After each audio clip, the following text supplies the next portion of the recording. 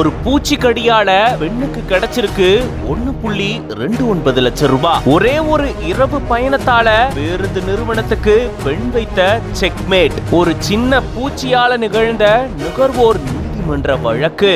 2 ஆண்டுகள் கழிச்சு பெண் பயணிக்கு கிடைச்சிருக்கு நீதி.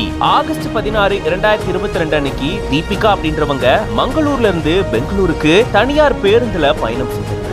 இரவு நேரம் இவங்க படுக்கை அறை வசதி கொண்ட பேருந்துல பயணம் செஞ்ச நிலையில அவங்க படுத்துட்டு வந்த படுக்கையில ஒரு சின்ன பூச்சி இவங்களை கடிச்சதா கூறப்படுது. இதனால கடுமையா பாதிக்கப்பட்டவங்க சிகிச்சை எடுத்திருந்திருக்காங்க. இதை தொடர்ந்து மங்களூர் நுகர்வோர் நீதிமன்றத்துல இது தொடர்பான வழக்க தொடர்ந்திருந்திருக்காங்க பெண் பயணி தீபிகா. கடந்த 2 ஆண்டுகளா இந்த வழக்கு விசாரணை நுகர்வோர் நீதிமன்றத்துல போயிட்டு இருந்த சூழலதான் இதுக்கான தீர்ப்பு வழங்கப்பட்டிருக்கு. பேருந்துல பூச்சி இருந்ததால பெண் பயணி பாதிக்கப்பட்டிருக்காங்க.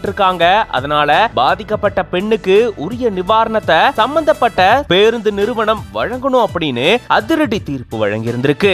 சிகிச்சைக்கான 18,650 ரூபாய வருஷத்துக்கு 6% வட்டியோட இந்த பெண்ணுக்கு திருப்பி கொடுக்கணும் அப்படின்னு நீதிமன்றம் உத்தரவிட்டிருக்கு. அதே போல பேருந்து பயணச்சீட்டான 840 ரூபாயும் இந்த பெண்ணுக்கு திருப்பி கொடுக்கணும் அப்படின்னு சொல்லப்பட்டிருக்கு. அதே போல மனதளவுல பாதிக்கப்பட்டதுக்காக 1 லட்சம் ரூபாயும் கொடுக்கணும் அப்படின்னு சொல்லியிருக்கு.